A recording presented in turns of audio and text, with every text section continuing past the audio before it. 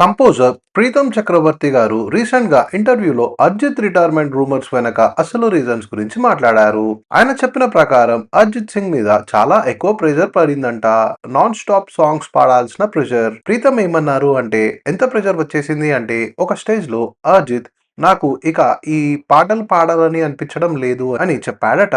ఇప్పుడు హానెస్ట్లీ చూస్తే ప్రతి సెకండ్ మూవీలో అర్జిత్ వాయిస్ వినిపించే లెవెల్ కి వెళ్ళిపోయింది బాస్. లవ్ సాంగ్స్ అర్జితే, బ్రేకప్ సాంగ్స్ అర్జితే, రెయిన్ సాంగ్స్ అర్జిత్ సింగే, hero intro, villain pain, emotional train songs ఏదైనా ఉండనియండి, బ్యాక్గ్రౌండ్ లో మాత్రం అర్జిత్ సింగ్ వాయిస్ వినిపించాల్సిన సిచ్యువేషన్ ఏర్పడింది. ఇక ప్రీతం ఒక ఇంపార్టెంట్ పాయింట్ కూడా చెప్పారు. కొన్నిసార్లు డైరెక్టర్స్ ఇండస్ట్రీ పీపుల్ సింగర్స్ మీద చాలా ప్రెషర్ పెడతారు అని. ఆయన బేసికల్లీ ఏమన్నారు అంటే, అతనికి స్పేస్ ఇవ్వండి, పాడాలనిపిస్తే పాడతారు, ఫోర్స్ ఎందుకు చేస్తున్నారు అని అన్నారు.